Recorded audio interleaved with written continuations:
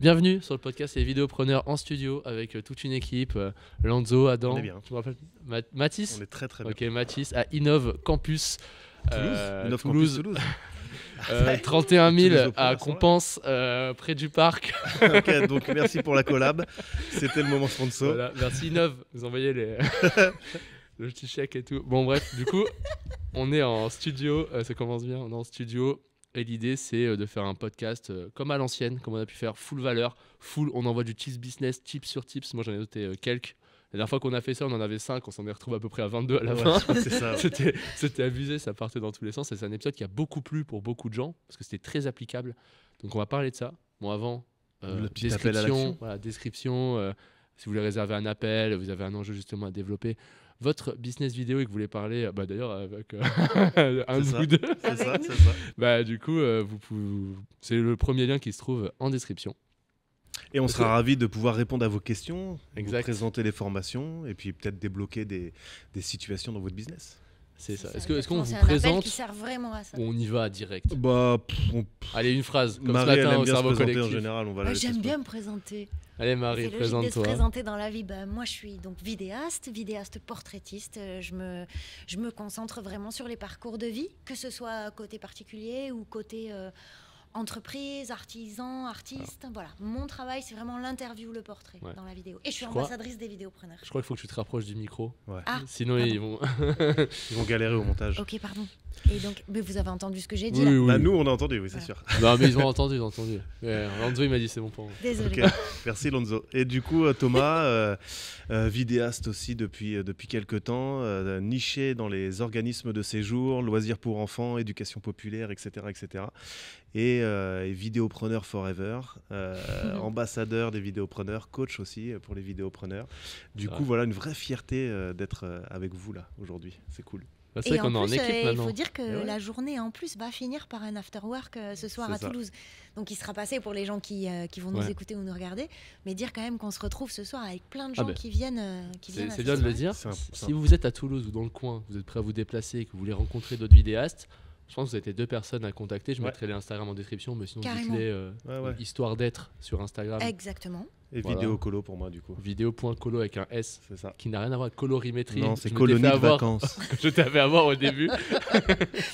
Donc voilà, comme ça, si vous êtes sur Toulouse et vous voulez savoir quand est-ce qu'est le prochain Afterwork, contactez-les. Et là, je crois qu'on est beaucoup. Ouais. Là, je pense ce soir, on va être une. Tiens, la dernière fois, c'était chaud. Hein. On était Bah une oui, vingtaine. On avait une salle à ouais, nous ouais. carrément dans le. Ouais. On a fait fuir des gens, je crois. Ouais. Les Silènes, ils nous ont vu débarquer, ils ont fait, ah, les gars. Non, c'était un bon moment, c'était chouette. Et puis, on crée des liens. Et vraiment, de toute façon, c'est ce que vous faites, vous, c'est un peu votre mantra chez les vidéopreneurs. C'est le nôtre, du coup, évidemment, maintenant. C'est vraiment de créer une communauté solidaire, soudée. Et c'est ce qu'on dit très souvent en appel découverte, c'est qu'en fait, il n'y a pas de concurrence entre nous, chez les vidéopreneurs. Donc nous, avec grand plaisir, on ouvre les portes à tous les vidéastes toulousains et toulousaines pour venir échanger, partager. Mais de toute façon, il faut ça, il faut Oui, du oui, collectif, c'est trop important. On fait des belles rencontres dans ces soirées-là, dans ces after-work. Et c'est ultra utile, quoi. Et ce serait pas un premier tips à donner, de savoir s'entourer des bonnes personnes, notamment de nos pairs, Clairement, c'est pour nous tirer vers le haut. Vrai tips, tu t'entoures de tous les vidéastes et de suite, tu es dans un écosystème d'opportunités. Clairement. Qui va, voilà, où l'autre il a un tournage, il n'est pas là, il va le donner aux gens proches. Si tu connais aucun vidéaste, tu te passes de toutes ces opportunités. C'est ça. Ça, c'est un vrai tips. Et puis de ne pas être solopreneur, de pas être que solopreneur et de pouvoir confronter ses idées et se remettre en question. Échanger ses pratiques et puis petit à petit, et c'est ce que tu disais d'ailleurs dans un des podcasts que j'ai écouté là il y a quelques jours, un des derniers podcasts qui a été posté, tu disais l'humain, quoi. C'est trop important quand on veut déléguer, de bien s'entendre humainement avec la personne. Et quand on a ce genre d'opportunités, de soirées, d'afterwork, on partage sur les expériences de tournage, on partage sur les choses qu'on a fait précédemment, et on voit très vite les gens avec lesquels on va accrocher, avec lesquels on va apprécier de travailler, quoi. Qui seront pas à la bourre à un rendez-vous, qui assureront sur des tâches toutes basiques et tout ça. Et ça crée des affinités, c'est trop bien de faire ça. Le savoir-être, c'est le plus important. Le savoir-être, Est-ce qu'on commence avec les conseils business? Vous en avez ou je lance le bal? Vas-y, lance, bien sûr. bal. Moi, j'en ai 2-3, mais vas-y. J'en ai un pour les prospections téléphoniques. C'est un truc qu'on voit de plus en plus, et c'est Arnaud qui me l'avait redit. Avant, je le voyais un peu comme un petit hack, mais en fait, plus j'avance, plus je me dis, mais en fait, c'est un truc de malade. Pour avoir des rendez-vous, en fait, vraiment, en prospection téléphonique, optimiser ton rendez-vous, c'est poser des questions qui emmènent un nom. Alors, ça paraît paradoxal comme ça, mais en fait, quand tu emmènes un nom, c'est un oui. Par exemple, j'ai noté plusieurs, voilà, quand par exemple, une question comme « Ah, ce projet ne vous intéresse plus du tout ?» Ça emmène un non. Okay, en fait, c'est un non qui est un oui, en fait. Okay. Et du coup, il va te dire, bah non, si, ça m'intéresse. Ah. Et ça te permet de réembrayer sur la suite. J'en ai fait pour toutes les objections. Genre, c'est trop cher. Ah, vous n'avez aucun budget pour cette année? C'est pas mal. Ça, c'est pas mal. Et bon, après, on peut enchaîner. J'ai fait toutes les objections classiques. Genre, c'est trop cher. Je dois en parler à mon associé. Ah, il est contre ce projet? Ouais, Ou vous êtes contre le fait qu'on se revoie pour reparler de ça? Vous êtes contre le fait de reparler de ça? Bah non. Exactement, bah, calons un moment. Ouais. Parce qu'en fait, c'est plus facile de dire non que de dire oui. Il y a un truc comme ça, et c'est un truc que tu fais dans la formulation de ta question. Ouais. Il faut que tu ailles chercher le non. Du coup, et voilà, c'est clairement ça. Et j'ai clairement vu une différence quand on prospecte tous ensemble le vendredi, des gens qui appliquent ça et qui vont. Arnaud, par exemple, c'est le champion de ça, où il va toujours poser une question. Est-ce que, par exemple, à chaque fois, lui, sa question, c'est vous y verrez un inconvénient, est-ce qu'on en parle 10 minutes? Et tout de suite, bah non, il n'y a pas d'inconvénient. Et il pose des rendez-vous avec des décideurs comme ça ultra facilement. Quoi. Mais c'est là qu'il faut pratiquer parce que du coup, ça vient pas tout de suite. Et du coup, voilà, faut le mettre en pratique et faut pouvoir le faire pour que ça soit instinctif, quoi. Oui, j'ai un autre tips. C'est une sorte de manipulation du discours, mais qui va, dans le sens de tes objectifs. Ouais, mais après, c'est pas non plus. Mais quand je dis manipulation, c'est pas forcément délétère et tout ça. C'est juste emmener la personne vers ton objectif. Et j'en ai une là. Je n'ai pas de besoin de vidéo en ce moment. Ah, vous pensez que la vidéo n'a aucun impact sur votre business? Tout de suite. Et ouais, en fait, là, tout ça, là, ce que je dis, je les ai trouvés avec ChatGPT en fait. J'ai mis toutes les objections classiques. J'ai même pas mis les objections. J'ai dit donne-moi les réponses aux objections classiques en allant appeler un non qui est un oui en montrant un exemple. Et il m'en a sorti genre 20. Donc là j'en ai mis quelques, mais en fait il m'en a sorti plein. Donc tu as ça sous les yeux quand tu prospectes. Et après au début tu es un peu en train de chercher. Tu peux dire un peu n'importe quoi, mais à force tu les as naturellement parce que je trouve que c'est pas naturel comme question. Tu as posé ça. Au début, quand tu l'as, c'est pas le genre de question. Négation, c'est pas forcément naturel de parler comme ça. Voilà, ça c'est mon premier tips. Mais là-dedans, il y a un tips dans le tips, du coup. Regarde, ça commence. Là, c'est ChatGPT, quoi, clairement.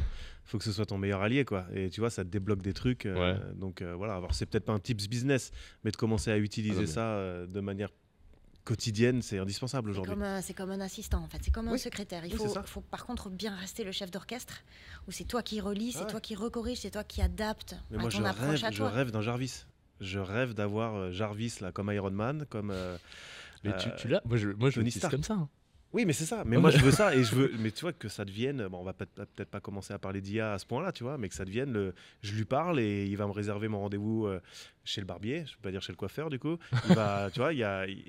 Ah oui, mais c'est pas possible. Rappelez-vous, vous avez un podcast enregistré avec Guillaume et Marie. Ah ouais. Zut, bah du coup, regarde si je suis dispo à 17h, machin. Enfin, ouais, clairement. Après, moi, je veux ramener juste une petite nuance là-dessus, c'est que c'est trop bien d'avoir des réponses à des objections, mais il y a aussi quelque chose qui se passe dans les appels de prospection notamment, c'est une forme de perte de confiance, une petite panique parce que tu es dans l'instant présent, dans l'improvisation et tout, et il n'y a rien de mieux pour ça que de simuler ça. Nous, c'est ce qu'on fait beaucoup dans la formation aussi, on simule des appels.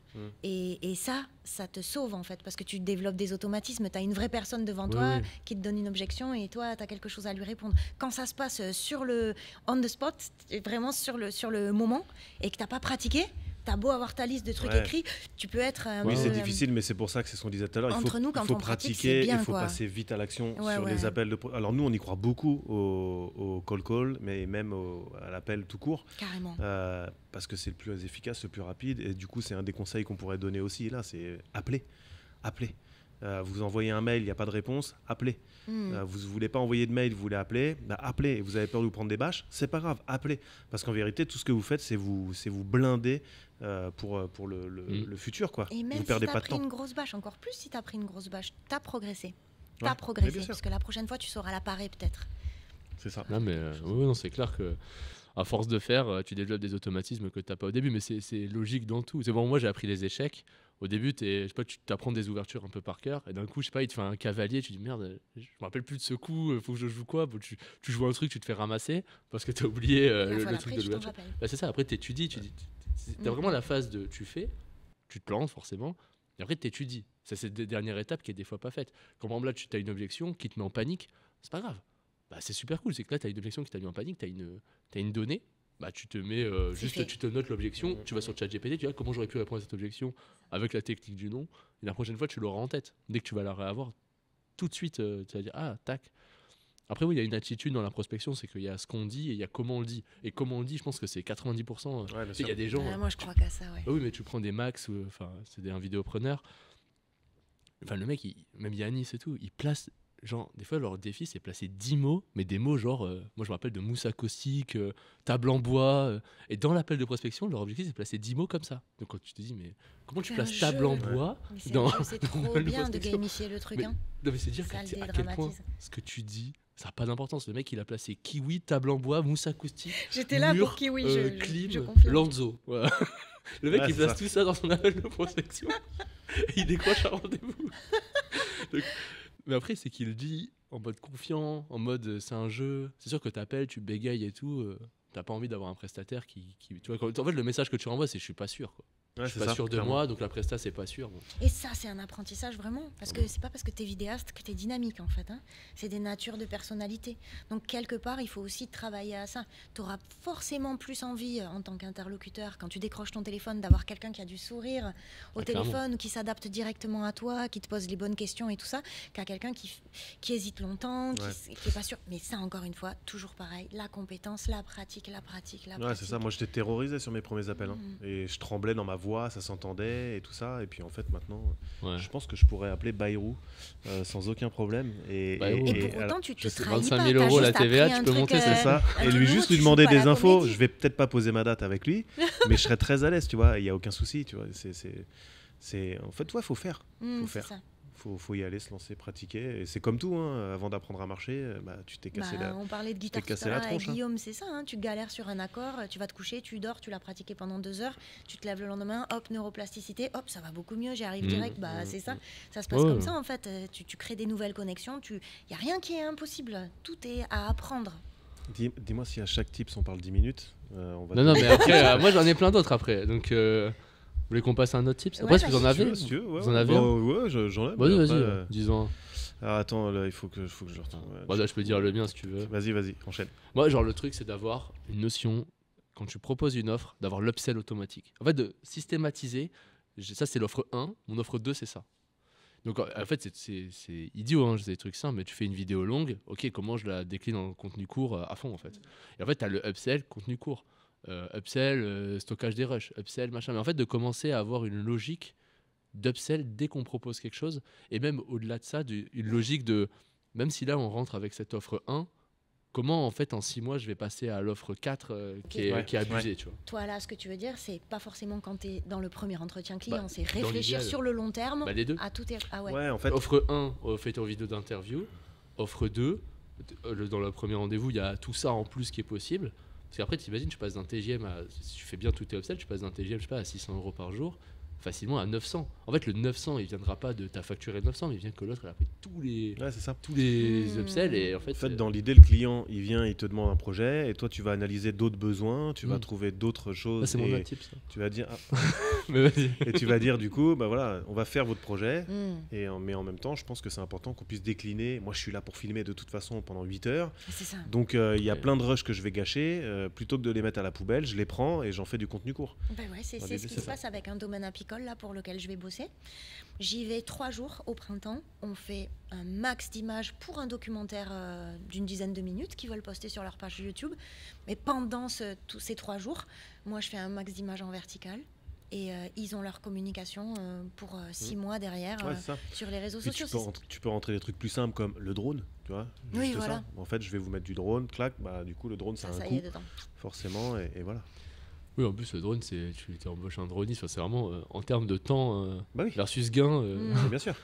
Et ça fait tout de suite la différence dans des images, tu vois, c'est magnifique. Ça. Du coup, ça envoie vers un autre tips qui est de faire des propositions commerciales plutôt que de faire des devis. bah oui, mais ça. On en parlait ce matin dans le cours. Ouais. Mais ça, c'est acté. Enfin, je veux dire, c'est. Oui, voilà, bah, tu as moi, dit plein de fois. Mais il y en a plein qui ouais. disent ouais, je fais un devis, je mets quoi dans Mais le en devis. fait, c'est ça. Et en fait, non, l'idée, c'est justement de. C'est tellement plus agréable à regarder. et tout. Ah ouais, Après, il y en a plein. mais c'est une évidence pour toi, Marie. Mais il y a encore, je pense, beaucoup de vidéastes qui. Vous pouvez m'envoyer un devis? Ouais, bien sûr. Vous pouvez me donner l'adresse? Et clac, et c'est tout. Et en fait, ça, c'est pas un tips applicable business, mais on en a tous conscience, nous, autour de la table. Comprenez le besoin de votre client pour ensuite lui proposer une solution sur mesure. Mais nous, ça nous paraît évident. Mais je pense qu'il y a beaucoup de vidéastes pour qui ça ne l'est pas encore. Et de pouvoir faire une proposition commerciale avec 3 offres, à l'image, on le dit aussi souvent, à l'image de ce que fait iPhone, par exemple, on va te proposer le truc basique, mais si tu mets un tout petit peu plus, tu as le truc qui est vraiment top. Et si vraiment tu as de l'oseille, là, tu as le truc qui est vraiment au max. Quoi. Et dans l'idée, c'est vraiment ça. C'est de pouvoir proposer des choses. Donc, basiquement, l'offre 1, moi, que je fais et que je personnalise au nom, je crois que je l'avais déjà dit ça. Voilà, c'est l'offre, c'est ce que tu m'as demandé. Voilà. Offre 2, c'est ce que tu m'as demandé, plus des upsales. Et offre 3, là, c'est un accompagnement. Voilà. Standard, basique, premium. Ouais, c'est ça. Et le mieux, c'est de la personnaliser, en effet, à l'image de la marque de ton client ou des discussions qu'on a eues précédemment dans un premier rendez-vous, voilà. etc. Ça, à titre d'exemple, moi, j'avais fait un truc avec un mec qui voyage, qui fait des colos à l'étranger. Et lui, il adore, il aime voyager en business. Donc, j'avais fait une offre éco. J'avais fait une offre business et une offre first. Je sais plus lequel est. First class. First class, c'est mieux que business. Ouais, bah ouais, c'est ça. Et du coup, bah, il m'a signé la first. Du coup. Donc j'étais content. C'était trop cool. bien. Bah ouais. Bah, c'est ça, ouais. Personnaliser l'approche. Ouais. Et il y a des propositions commerciales ou un minima des devis à tiroir. Et puis voilà, que juste, oui, bonjour, vous pouvez m'envoyer un devis? Bien sûr, pas de problème, je le fais et clac. Ça, là, vraiment, on se positionne comme un prestataire. C'est qu'il y en a beaucoup. En fait, c'est vrai que quand tu es en dehors du business, tu n'as jamais entendu parler de proposition commerciale. Enfin, moi, je l'ai appris dans le truc. On m'a dit ça existe. Je dis c'est quoi ça, une proposition commerciale? Moi, je l'ai appris chez les vidéopreneurs. Dans le service, c'est vrai que maintenant j'ai une entreprise et je suis amené à travailler avec beaucoup de gens, des freelances et compagnie.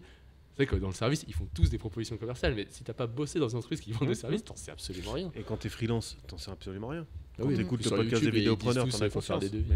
Ouais, c'est ça. Moi, j'ai appris avec vous. J'ai appris avec Paul. J'ai appris avec les masterclass, quoi, avec les communications en MP. Une fois que les visios sont finis et tu dis, mais attends, j'ai fait ça. Non, vas-y, essaye plutôt comme ça. Ah, mais attends, mais en fait, là, je peux ajouter une petite vidéo à ma proposition commerciale, rajouter ma voix dessus, expliquer au client où je l'emmène et tout ça. Ça a beaucoup plus d'impact. Tu vois, moi, pareil. On m'a déjà demandé un devis, j'ai fait un rendez-vous en disant non, je fais pas de devis, on va faire un rendez-vous. Et ma proposition commerciale, c'était pas un truc avec plusieurs offres. C'était ce que m'a demandé ma personne, ce que m'avait demandé la cliente.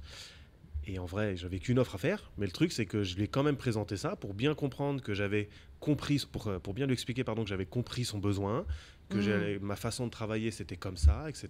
Et à la fin, voilà, ça coûtait tant. Mais au moins, l'expérience client avait déjà commencé. À travers cette présentation. J'ai un tips. Tu as dit un truc sur les tips. Et ça, c'est un vrai truc. C'est ce que j'appelle la prédiction du besoin. Tu vois. C'est que là, en fait, tu fais l'offre 1, c'est ce que les gens t'ont demandé. Mais des fois, les gens, ils creusent pas. Par exemple. Mais parce qu'ils connaissent pas. Non, mais tu interviens sur un événement. Pour un truc. Mais demande tous les autres événements. En fait, arrête de te cantonner à l'événement. Tu dis, ok, mais vous faites d'autres événements dans l'année. Bah ouais, on en fait 4. Mais prends les 4.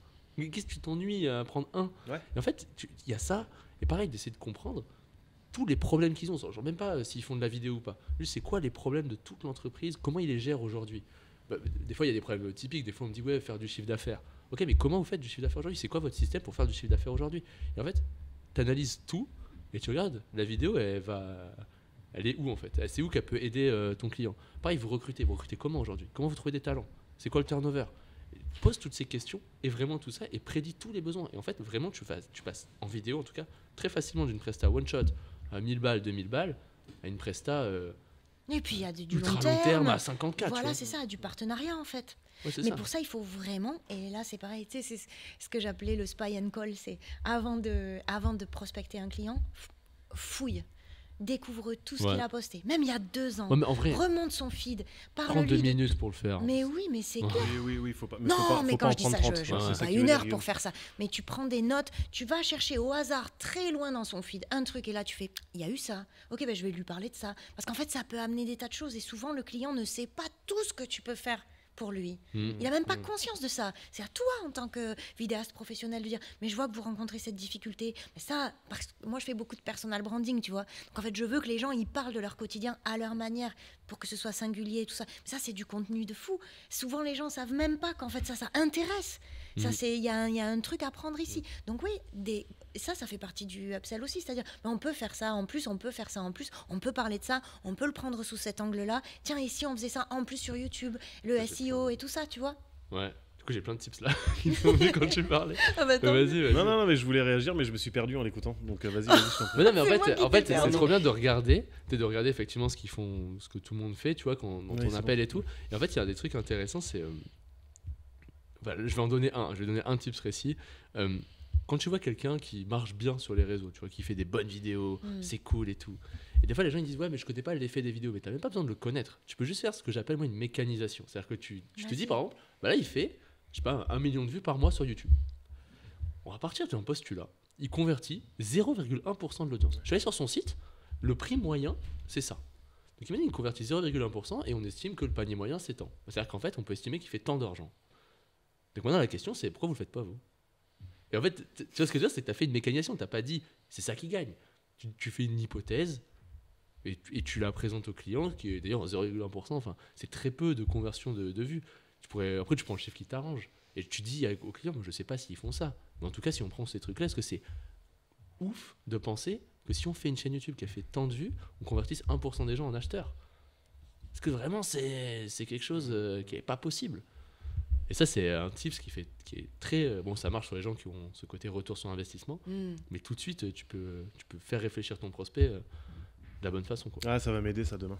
Demain j'ai une presse et ça va m'aider, parce qu'en plus, ce mec veut un vrai ROI, donc du coup, c'est intéressant de lui présenter les choses comme ça, de cette manière très business. Et tu peux le présenter comme il fait Paul, là. Donc, il y a un membre, je le précise pour les gens qui ne savent pas des vidéopreneurs, mais qui est un membre des vidéopreneurs, coach, ambassadeur aujourd'hui, mais il a présenté il a son truc avec la Customer Journey.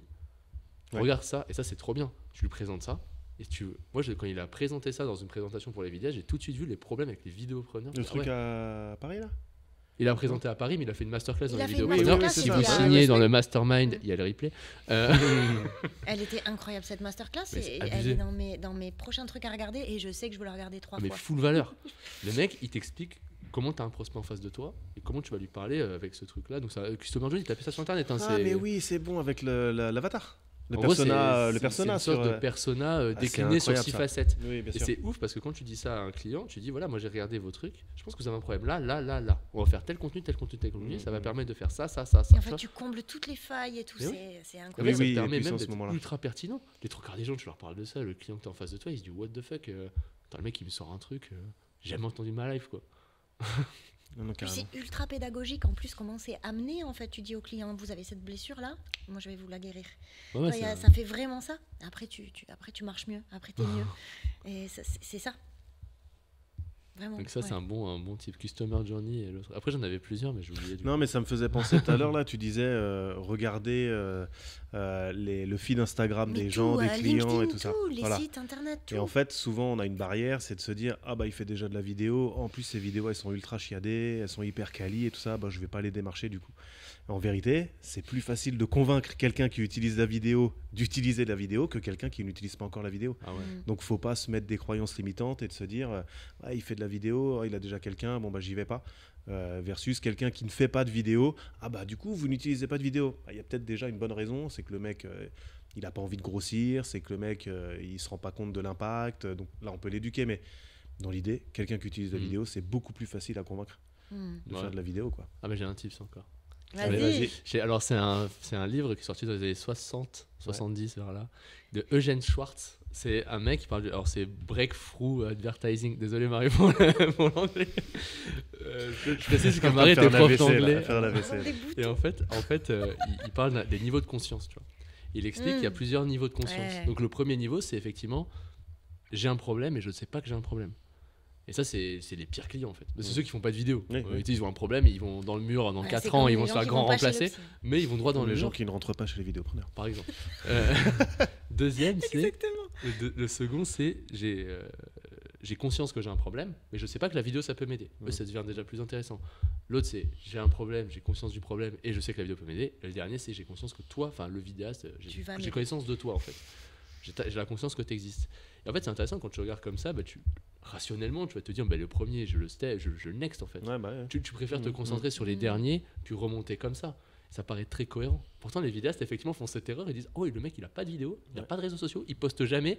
Je vais le contacter. Ouais. Et celui qui... Alors que moi, j'adore faire ça. Non, mais tu peux le faire. J'adore faire ça. Et ça peut être bien. Mais ce que je veux dire, c'est que si jamais tu veux te rendre la vie facile, contacte déjà des gens qui font de la vidéo. C'est beaucoup plus simple. Et en plus, le nombre de fois où moi j'ai contacté le vidéaste, il n'est pas dispo, il est en vacances, c'est ça. Il est plus là, il a arrêté. Et ils te disent ouais, mais nous justement, on cherchait un vidéaste. Ouais, on fait tout en interne. Et vous externalisez des fois et tout. Ouais, ça nous arrive.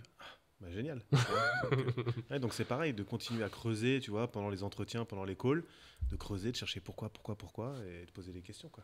Après, juste pour faire une parenthèse, Guillaume, sur ce que tu disais, moi, ce que j'adore vraiment aujourd'hui, c'est que ce fameux client-là, qui sait pas qu'il a un problème, que tu as réussi à l'éduquer, qui comprend, et que ça rayonne, et qu'il y a des gens qui t'appellent en disant « Je veux ce que vous faites à lui, je veux exactement la même chose, mais avec moi dedans. » Ça, c'est jouissif. Ça, mais t'es là. Tu as compris. Non, mais c'est clair. Je vais t'aider.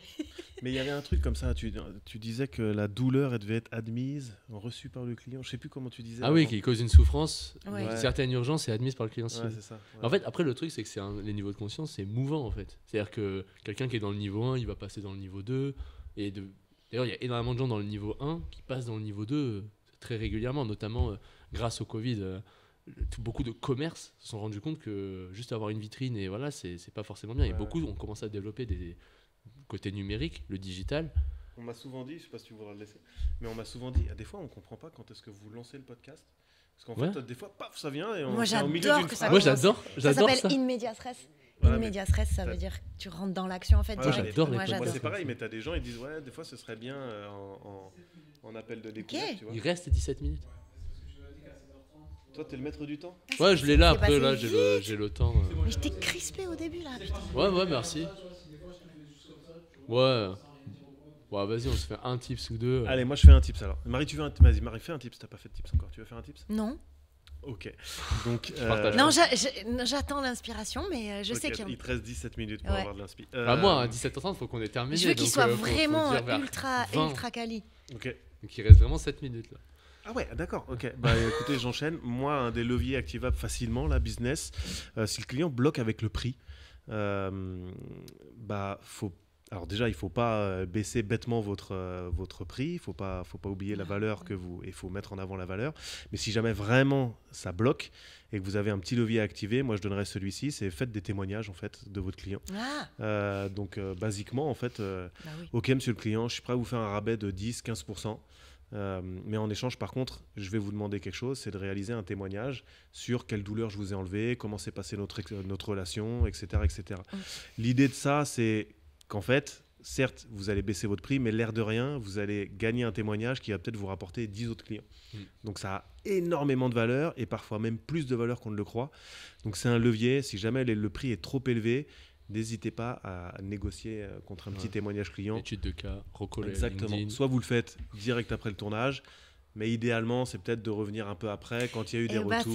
C'est là que j'allais donner le tips. Vas-y, le tip, c'est que je pense que c'est très important parce que j'ai été confrontée à cette situation, tu vois, d'être dans l'interview, un des derniers moments de tournage où tu sais que ça va bientôt s'arrêter, de dire au client, là, je vais vous laisser. Et c'est le moment de me faire ce petit témoignage. Ça tourne, je vous laisse. Comme ça, vous n'êtes pas gêné que je sois là et vous allez parler de mon travail et tout ça. J'écouterai tout ça après tranquillement. Mais ne pas attendre, parce que c'est solliciter un autre rendez-vous derrière pour un truc qui est juste pour toi, même s'il y a eu un rabais de 15%. Le client, il va faire, attendez, là, il a eu son truc, il faut enchaîner. Faites-le direct, le témoignage. Le setup, il est en place, les lumières, elles sont belles. C'est ça. Et puis, faites une petite blague en mode, voilà, on a fini, il vous reste plus qu'une toute petite mission si vous êtes toujours d'accord et tout, et souvent les gens font mais oui bien sûr, tu vois, et ça se passe bien comme ça. De manière générale, ça peut être un témoignage ou autre chose, c'est de pas juste baisser votre valeur. Ça, c'est pas possible. C'est parce que c'est clairement ça que ça signifie en fait. Si tu baisses ton prix, c'est que tu baisses la valeur de ce que tu apportes et du coup c'est bien dommage. Vous pensez que ça vaut pas ce budget là pour prendre le tips 1? Ça mène un nom. Après moi ça c'est un tout petit type qui peut, par exemple, si un client te fait un retour par message, par exemple, un client dont tu as posté une vidéo, tu t'es occupé d'un contenu et tout, et il est super content et il te laisse un vocal sur WhatsApp. Ce vocal-là, tu vas faire une prise, tu vas mettre ton beau micro, tu vas mettre ton téléphone, tu vas enregistrer le vocal et tu vas faire un super contenu.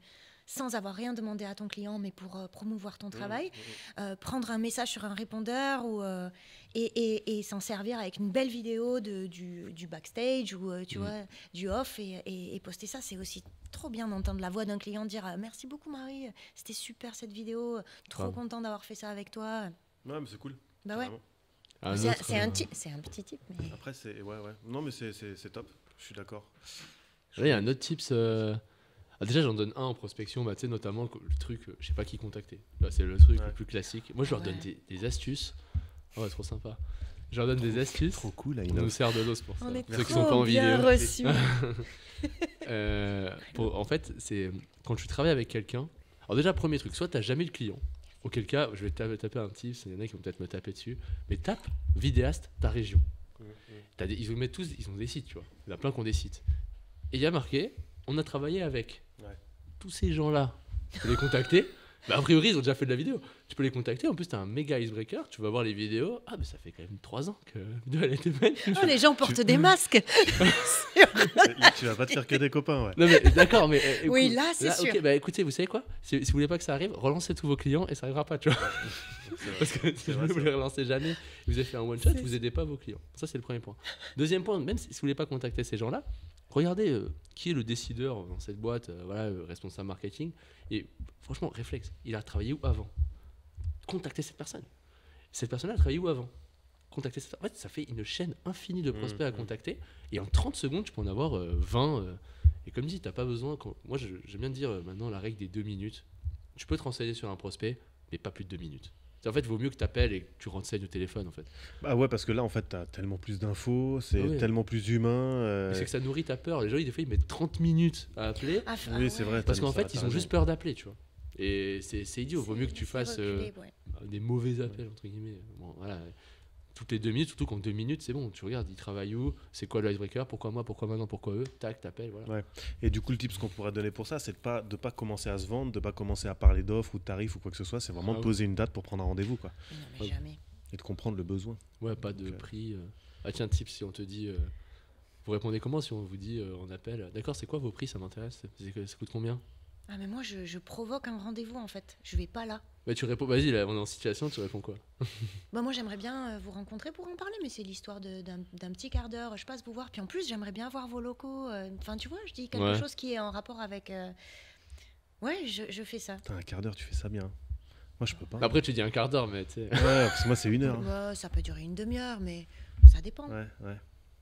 Ça dépend comment tu me retournes la question, là, c'est ça? Ouais. Tu me regardais. Moi, je dis ça n'a aucun intérêt en fait que je vous donne mon prix parce qu'en vérité, je comprends pas votre besoin encore aujourd'hui. Ouais. Donc, je vais vous proposer une solution qui est sur mesure. Et là, si je vous parle d'un prix, alors qu'en fait, après le projet, vous allez me dire ah mais pourquoi vous n'avez pas fait ça? Bah, en fait, on n'en avait pas parlé, donc ça n'a aucun intérêt. Et l'idée, c'est vraiment de comprendre votre besoin pour pouvoir vous proposer une solution adaptée sur mesure qui répond à vos... Et puis, c'est le cas. En fait, moi, de tous les projets que j'ai faits depuis un peu moins d'1 an maintenant, de tous les partenariats que j'ai eus, c'est toujours du sur-mesure. Ouais.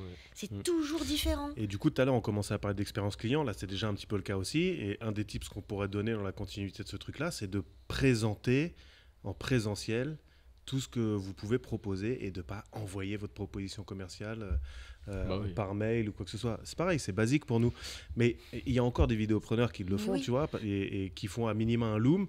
Mais même le loom, moi, je trouve que c'est dommage de se passer de toutes ces infos. Comment on dit, tu sais, la communication non verbale, machin. Et même, capter. Tu sais, être audacieux face à son client, de dire ah, attendez, mais ça, c'est super intéressant. En fait, on pourrait développer ça, lui montrer qu'en fait, il y a un vrai intérêt pour la personne qu'il ou elle est, et son produit, son offre, son art, son... Ouais, et puis tu as un feedback instantané, tu as un feedback qui est dans l'émotion, moi je joue au jeu du combien ça coûte pour vous ce projet, tu sais, bah, c'est pareil, moi, mon premier gros client qui m'a signé une grosse offre, tu sais, il m'a fait passer la serviette comme ça du resto dans lequel on mangeait, tu vois, tac, et je l'ai soulevé comme d'une carte de poker, tu vois.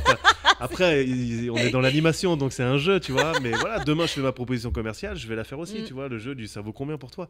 Et moi, j'ai des clients qui ont fait, quand je dis, j'ai caché les prix en venant, tu vois, présenter ma proposition commerciale en présentiel, en disant, j'ai caché les prix, là, c'est juste pour jouer à un petit jeu, mais je suis hyper étonnée. En fait, les gens, ils font, ah bah oui, alors voyons. Mais oui, c'est d'en jouer. C'est le juste prix. Ouais. Mais oui. Et par contre, pardon, vas-y. Et un de mes super clients en ce moment, qui sont des opticiens éco-réfléchis à Toulouse, qui sont mais vraiment formidables, je leur ai fait ce jeu-là, et en fait, ils se sont vraiment pris au jeu, et ils ont adoré que j'avais nommé, tu sais, mes offres à tiroir. Ouais. Avec toute une dichotomie autour de l'optique, vision précise, clarté suprême. Et ils étaient trop contents, genre ça les a fait rire et tout. Et ils sont complètement rentrés dedans. Et ils ont choisi direct. Ils m'ont dit, ce sera celle-là. Mais genre sur le moment, en fait. Ils ont validé tout de suite le contrat. Tu fais déjà vivre une expérience client unique. Donc, dans l'entretien. Dans l'entretien. Et dès le début, ils savent que l'expérience jusqu'au bout, elle va être énorme. Par contre, question que je te pose directement, Marie. Est-ce que tes clients, ils arrivent à te tromper juste? Parce que moi, c'est jamais le cas. Non, moi non plus, c'est jamais le cas. Alors du coup, ils sont toujours au-dessus ou toujours en dessous? Alors, tu sais quoi? Ce qui est marrant, c'est qu'ils sont en dessous pour la première offre. Je commence par la basique, tu vois. Ils sont en dessous. Je dévoile l'offre, ils font « Ah ouais, j'ai jamais eu de... » tu vois, tu dévoiles au fur et à mesure? Au fur et à mesure. Ouais, moi, je fais pas comme ça. Au fur et à mesure. Et en revanche, pour la deuxième, ils sont toujours au-dessus. Ouais. Donc, ils font « Ah !» Ouais, ok. Ouais, que moi, ils se positionnent direct sur les trois et après, ils ont la réponse pour les trois, quoi. Ah ouais, moi je donne au fur et à mesure parce que je les guide quand même. Mais eux, ils m'ont dit... moi, je les guide avec le nombre de traits. Quand ils voient qu'il y a 8 traits, ils disent « Ah ouais, pendu. quand même !» Tu fais un pendu, en fait. Est-ce qu'il y aurait un 8? Non, mais c'est pas mal. En plus, c'est un bon moyen de mesurer la valeur perçue parce que je pense que l'idéal dans ce truc-là, c'est qu'ils ils disent un chiffre et c'est grave en dessous de ce qu'ils disent. Tu vois, bien sûr, là, t'as tout gagné. Ouais. Voilà. Bon, les amis, il est 22. Ah ouais. Est-ce que une dernière phrase? Je pensais à un truc tout à l'heure, ça m'a échappé. Moi j'ai plein d'autres tips, mais on fera une partie 3. On fera une partie 3 éventuellement. Moi j'ai des tips pour passer la secrétaire. C'est le tips, faut rester sur les ondes. C'est ça. Mais c'est comme le truc avec Camille sur le podcast que vous avez fait là avec Camille, Maxime. Et ouais, exactement. Finalement, j'ai même pas réussi à le finir, je crois, cet épisode. Je sais même pas si vous avez donné l'anecdote de Camille. Tu vois. je crois on l'a donné. Camille, on fait un gros bisou. Oui, il est sorti l'année d'après. Oui, mais je suis pas allé au bout de ce podcast. Je sais même plus ce que c'est l'anecdote. Ouais. Et voilà, bravo. Camille, on t'embrasse. Désolé Camille. Voilà, écoutez, c'est la fin. C'était cool, c'était passé vite. Ouais, c'est passé vite. Ça passe vite les podcasts. Ouais. Mais voilà, merci. Innove, Toulouse, le chèque. Et puis on se retrouve bientôt de l'autre côté en visio pour les appels découvertes. Alors les appels découvertes se font en visio, d'accord? À chaque fois, on est obligé c'est noté. De rappeler. Vous avez le lien dans le Calendly, du coup. À chaque fois, j'ai jamais eu besoin de mais le moi rappeler. je croyais que c'était au téléphone.